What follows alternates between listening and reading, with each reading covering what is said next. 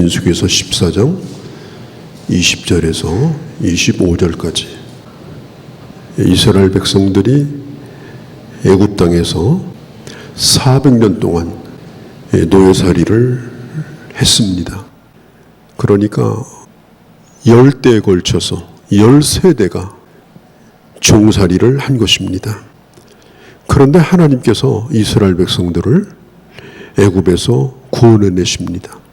이것은 이스라엘 백성들의 능력이 아니었고 하나님께서 10가지 재앙을 내리심으로 절대로 이스라엘 백성들을 놓아주려고 하지 않았던 그 바로 왕이 결국은 굴복을 하고 어쩔 수 없이 이스라엘 백성들을 애굽에서 나가도록 그렇게 허락을 해 주었습니다. 그리고 홍해가 갈라지는 전무후무한 기적을 통해서 바닷길을 마른 땅과 같이 건너게 하셨습니다. 출애굽기 14장 15장에 보면 홍해를 건넜을 때 온 이스라엘 백성들이 하나님을 찬양하는 그 노래가 잘 나와 있습니다. 그 감격 속에서 애굽을 나왔던 그 사람들이 오늘 읽어드린 말씀처럼 그 광야를 벗어나지 못하고 가나안 땅에 들어가지 못하고 그들이 다 광야에서 죽는 그런 비극을 겪게 됩니다. 도대체 무슨 일이 있었을까요? 그들에게 어떤 일이 있어서 그렇게 감격적인 해방을 맛보고 하나님의 기적을 경험하면서 나왔던 사람들이 왜 그들은 가나안 땅에 들어가지 못했는가? 요단강이 눈앞에 보이고 강만 건너면 이제 가나안 땅에 들어가는 그런 시기가 왔는데 오늘 읽어드린 25절 말씀처럼 돌아가라. 요단강 건너지 말라. 홍해가 있는 쪽으로 다시 돌아가라. 원위치해라. 그리고 가나안 땅에 들어가는 것을 허락하지 아니했습니다. 여러분, 자유를 얻었다는 것과 내가 진정한 자유자가 되었다는 것은 좀 다릅니다. 오늘 이 이스라엘 백성들은 하나님이 주신 자유를 얻었습니다. 그러나 그들은 자유자가 아니었습니다. 아직도 애굽의 노예 근성, 애굽의 식민지 근성, 그 습관을 버리지 못한 채 몸만 빠져나온 것입니다. 자유를 얻었다고 자유자가 아닙니다. 자유를 얻었는데도 계속해서 노예와 같은 생각을 가지고 사는 사람들이 많습니다. 저는 가끔 그런 얘기를 들어요. 오늘 굉장히 여러 가지로 어렵지 않습니까? 경제적으로 지금보다 이렇게 오래도록 고물가에 시달리면서 힘든 때가 요 근래 많지 않았습니다. 그런데 어떤 사람은 이런 얘기를 해요. 먹고 살기 힘드니까 그래도 옛날에 고성장할 때 그 독재 시대로 돌아갔으면 좋겠다. 그렇게 얘기하는 사람이 있더라고요. 너무나 귀한 자유를 누리고 있으면서도 옛날이 더 좋았다고 말하는, 내가 지금 누리고 있는 이 자유의 가치를 모르는 사람은 그 사람은 자유자가 아닙니다. 하나님께서 우리에게 자유를 주셨어요. 이 자유는 너무나도 소중한 겁니다. 내가 애쓰고 노력해서 얻은 자유가 아니에요. 갈라디아서 5장에 보면 이렇게 말합니다. 그리스도께서 너희를 자유케 하셨으니 굳세게 서서 다시는 종의 멍에를 매지 말라. 다시는 종의 멍에를 매지 말라. 내가 자유를 싸워서 얻은 것이 아니라 주님이 선물로 주신 자유예요. 그 자유를 다시 반납하고 다시 옛날 종의 멍에를 메고 종처럼 살지 말라 하는 겁니다. 이스라엘 백성들이 광야를 지나서 요단강이 보이는 데까지 바로 눈앞에 보입니다. 가나안 땅이. 요단강이 뭐 그렇게 넓은 강은 아니에요. 그 앞에다 놓고 이스라엘 백성들이 모세에게 요구를 했습니다. 뭐냐면 그 땅이 우리가 살만한 땅인지 한번 정탐하고 오겠다. 허락해달라. 모세가 처음에 반대했습니다. 그 땅이 어떤 땅이냐 알 필요가 뭐 있냐. 하나님이 주기로 약속한 땅이면 그냥 하나님 인도하시는 대로 우리가 가면 되지 않겠냐. 꼭 알아봐야 되겠느냐. 모세가 말렸어요. 그런데도 사람들이 한번 가서 보고 싶다는 거예요. 그래서 모세는 내키지 않았지만 12지파에서 한 사람씩 대표를 뽑아가지고 정탐꾼을 보낸 것입니다. 그 정탐꾼 가운데 여호수아와 갈렙이 있었고 그 다음에 나머지 또 10명이 또 있었습니다. 40일 동안 정탐을 하고 돌아와서 여호수아와 갈렙이 말합니다. 우리가 가서 정탐한 땅은 심히 아름다운 땅이라. 하나님이 기뻐하시면 하나님이 그 땅으로 우리를 인도하여 주시리라. 과연 젖과 훅거리 흐르는 땅이라. 그들을 두려워하지 말라. 그들은 우리들의 밥이다. 그러면서 백성들에게 희망적인 메시지를 전합니다. 그런데 나머지 10 정탐꾼은 정반대로 절망적인 메시지를 전해요. 과연 젖과 꿀이 흐르는 땅이다. 이거 봐라, 이 과일도, 이 열매도. 그러나 그건 그림의 떡이다. 그곳에는 성이 높고 사람들이 거인이다. 우리를 삼키는 땅이 될 것이다. 만일 우리가 그 땅에 들어간다면 우리는 메뚜기처럼 붙잡혀서 진지겨져 버릴 것이다. 이 두 보고를 들었던 백성들이 여호수아와 갈렙의 말은 까마득히 잃어버리고 이 절망적인 그 말에 통곡하고 원망합니다. 먼저는 하나님을 원망해요. 하나님, 들어가지도 못할 땅, 들어갈 수도 없는 그런 땅에 우리를 보내시겠다고 애굽에서 우리를 이끌어낸 겁니까? 그 다음에 하나님은 보이지 않으니까 보이는 모세를 또 원망합니다. 왜 우리를 이렇게 끌고 나왔느냐? 우리가 뭐 가자고 했냐? 하나님이 우리를 이끌어내셨다. 그러면서 당신이 얘기해가지고 우리가 나온 거 아니겠느냐? 그러면서 모세에게 책임을 돌립니다. 여러분 보세요. 애굽 땅에서 나올 때부터 지금까지 기적이 아닌 게 없어요. 모든 것이 날마다 기적이었습니다.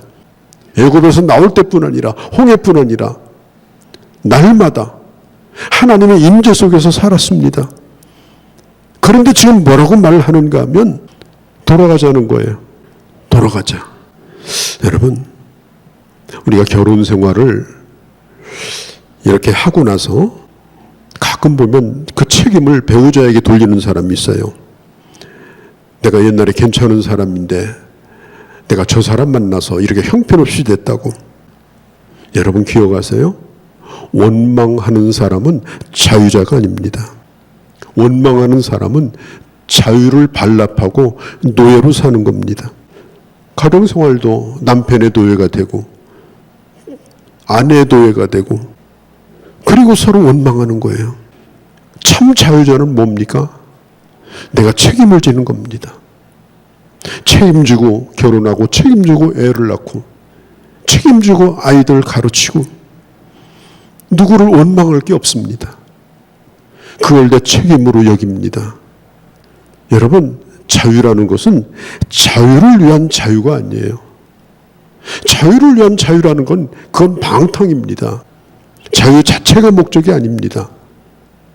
그 주신 자유의 의미가 뭐고 자유의 뜻이 뭐고 그것을 생각하면서 내가 자유자로서 어떻게 살아야 될까를 생각하는 사람이 참 자유인입니다.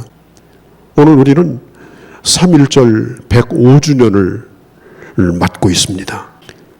일제 36년 동안 정치, 경제, 문화, 특별히 사상, 교육, 언어까지, 이름까지 다 뺏겼습니다. 정말 끔찍한 일입니다. 그리고 젊은이들 얼마나 울분이 그냥 목까지 차고 넘쳤습니다. 그러니까 동네마다 술집을 세우고 동네마다 유흥가를 만들고 그래서 거기에서 술 먹고 취해가지고 노래 부르는 거예요. 이 풍진 세상 내가 뭘 하겠는가. 그러면서 먹고 마시자, 놀고 놀자.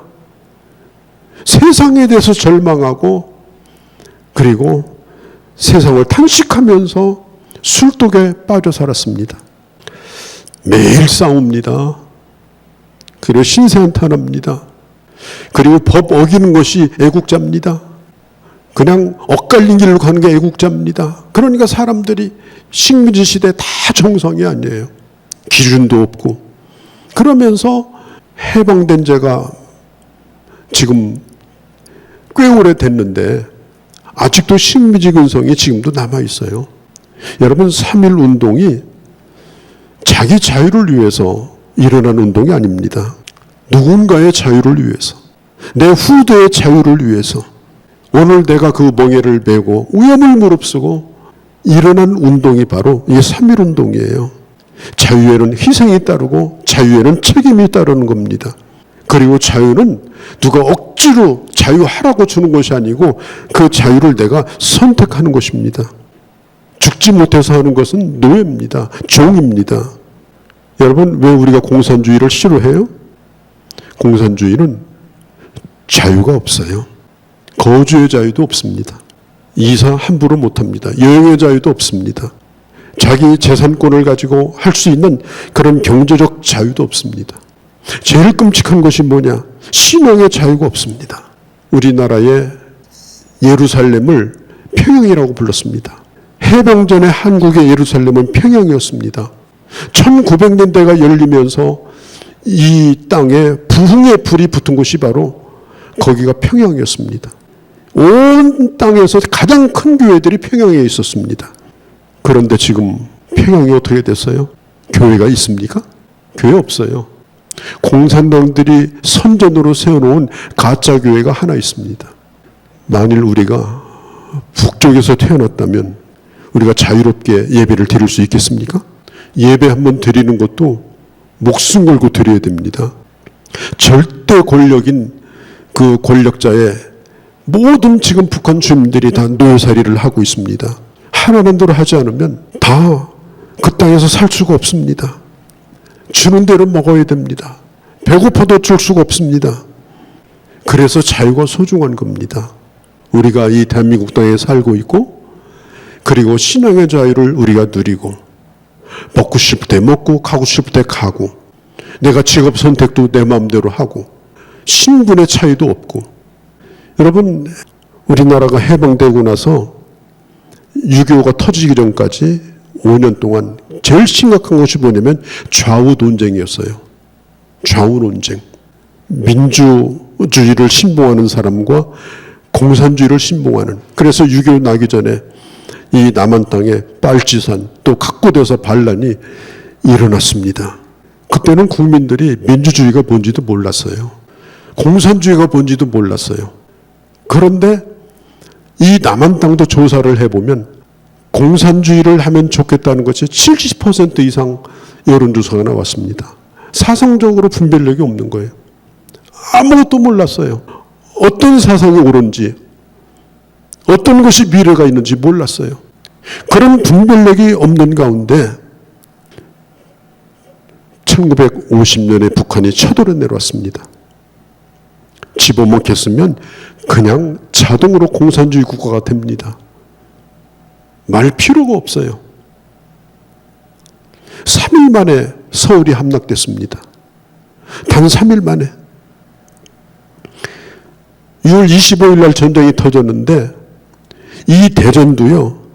7월 20일 날 그 유엔군 국군이 버티다가 7월 20일 날 대전도 결국은 공산당들에게 함락이 됐습니다. 그때 후퇴하다가 대전 밑으로 내려가면 진안이라는 데가 있습니다. 마이산이 있는데 진안이라고 하는 곳에서 그때의 미군 소장인 별2 소장인 딘 소장이 포로로 잡힙니다. 그러면서 밀리고 경상도 밀리다가 단 며칠 만에 낙동강까지 결국은 밀리게 되어집니다.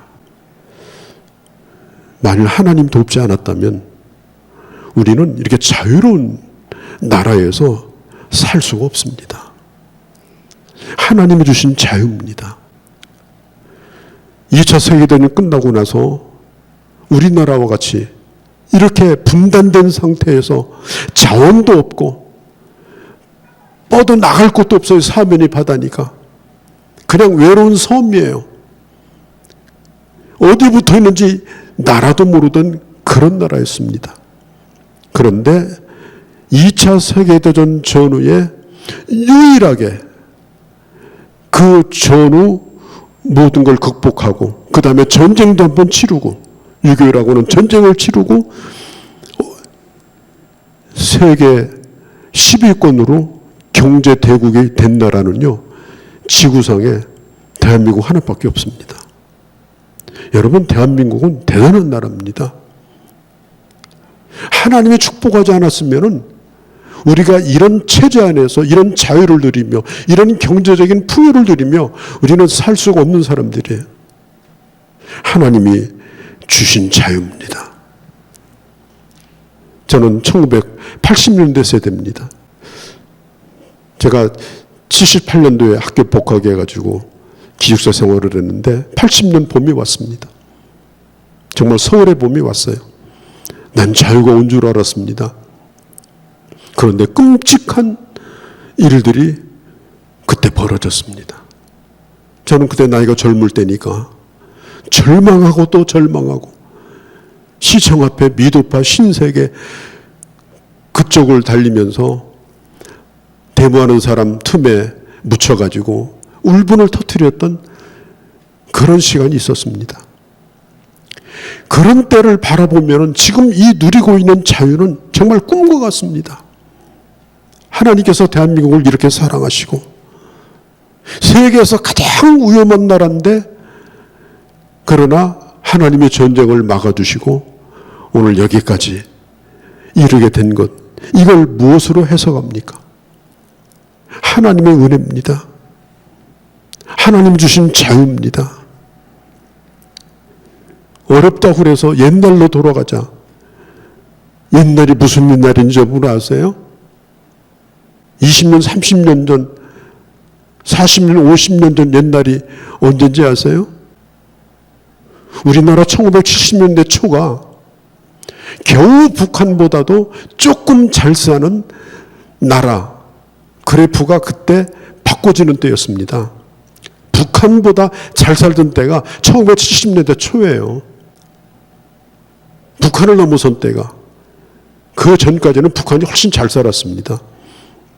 그러면서 대한민국이 급성장을 하면서 교회도 부흥되고 경제적으로도 놀라운 이런 성과를 얻은 거예요. 하나님이 주신 자유의 소중함, 내게 주신 이 대한민국의 자유로운 체제 속에서 내가 신앙의 자유를 누리고 있다는 것, 적어도 목숨 걸고 예수 믿을 일은 없잖아요.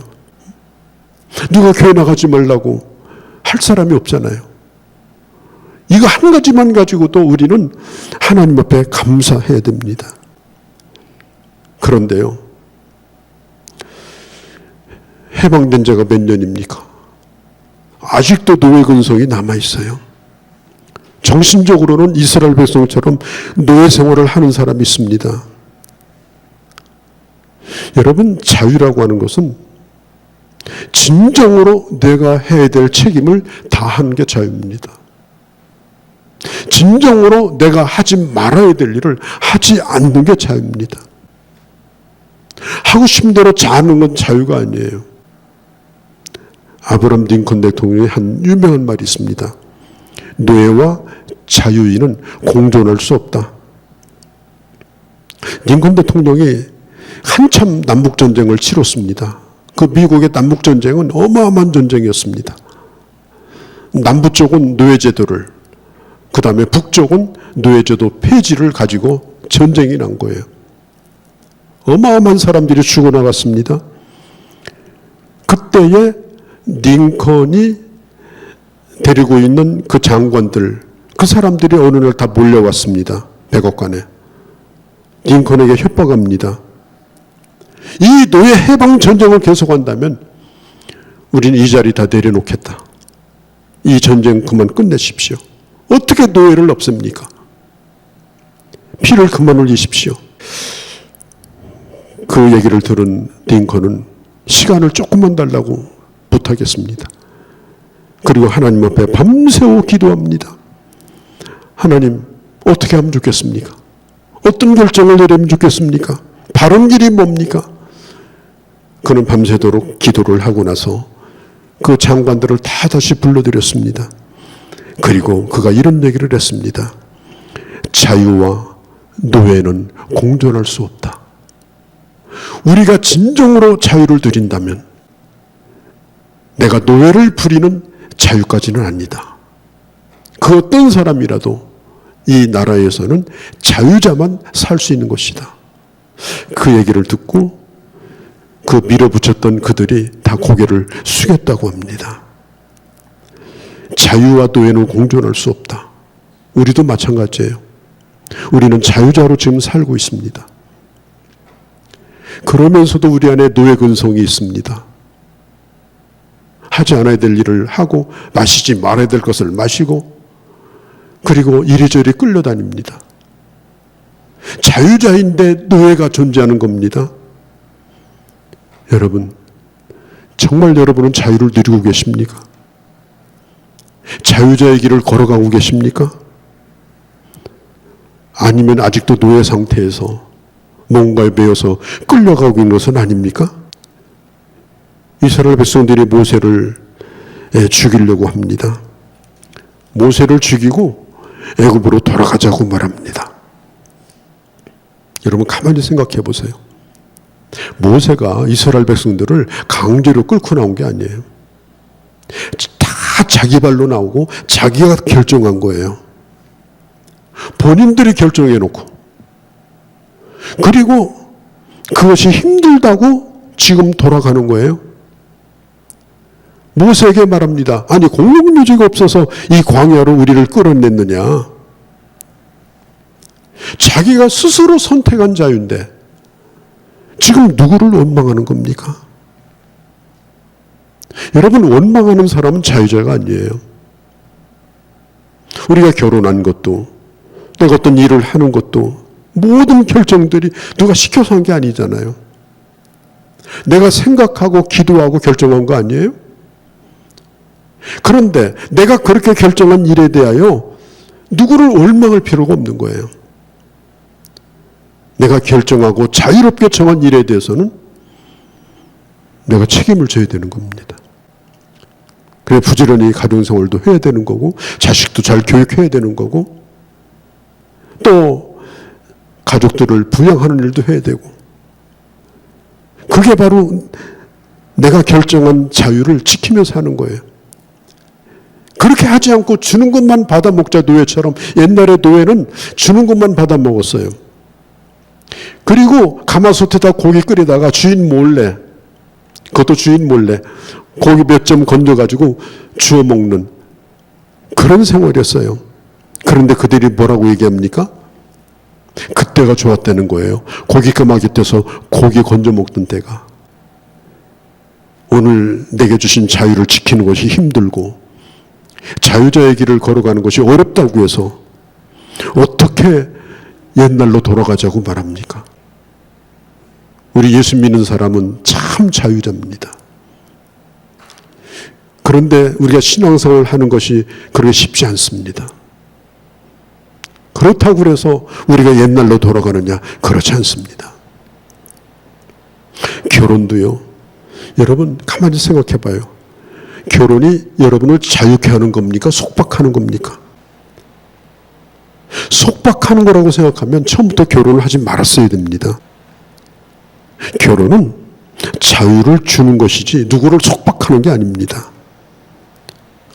내가 누구에게 매여서 사는 것이 싫다면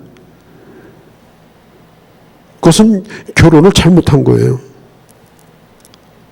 내가 정말 사랑하고 그리고 하나님이 맺어주신 내 짝을 위해서 내가 살고 그리고 그에게 매여 사는 것을 노예라고 생각하면 안 되죠.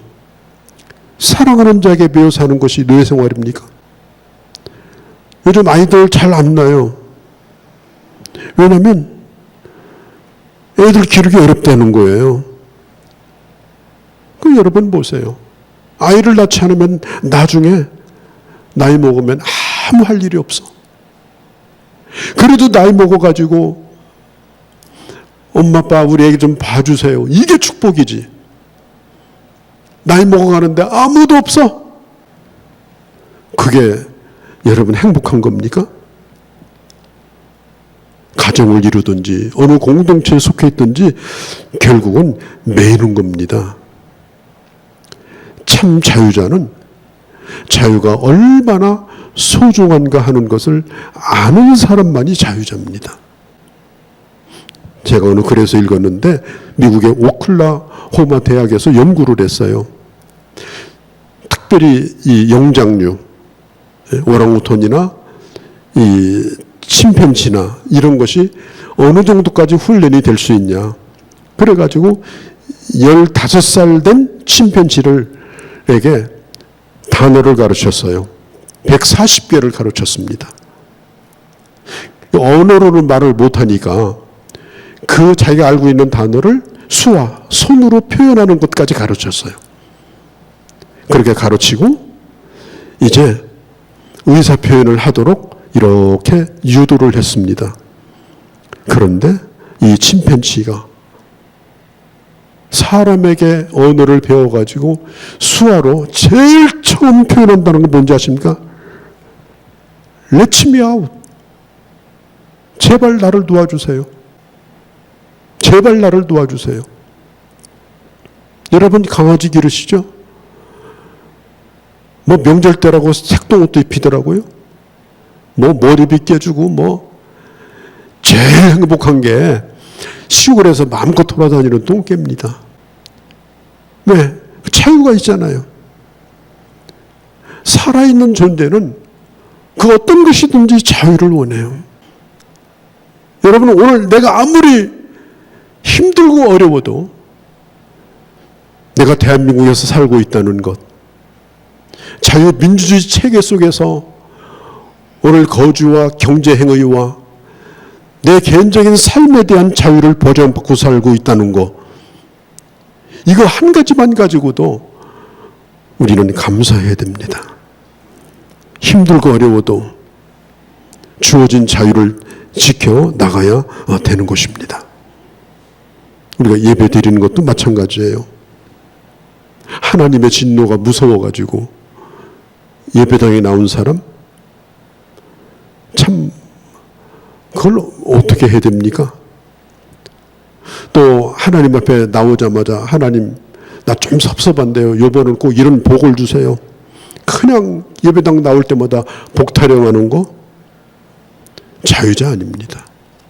어떻게 하나님을 채무자처럼 생각하면서 내가 자유를 드립니까? 교회 와서 이런 마음으로 예배드리면 자유자가 아니에요. 마르틴 루터가 이런 말을 했습니다. 그리스도인은 가장 위대한 자유자다. 세상 누구라도 매이지 않기 때문이다. 우리에게 이런 자유가 있습니다. 그러나 그리스도인은 가장 충성스러운 종이다. 하나님의 사랑에 붙들려 살기 때문이다. 거기서 자유를 누리는 자가 그리스도인이다. 내 모든 미래를 아시고 그리고 합력하여 선을 이루게 하시는 하나님, 이스라엘 백성들이 광야를 인도하셨던 것처럼 어디로 주님이 인도하든지 어떻게 인도하든지 하나님의 경륜과 뜻 가운데 내가 살고 있음을 믿고 모든 것을 다 맡기고 주님의 사랑에 매여 살아가는 사람이 참 자유자입니다. 이런 진정한 자유 가운데서 자유를 마음껏 누리시고 그리고 자유인으로 살아가는 여러분 되시기를 주의 이름으로 축복합니다.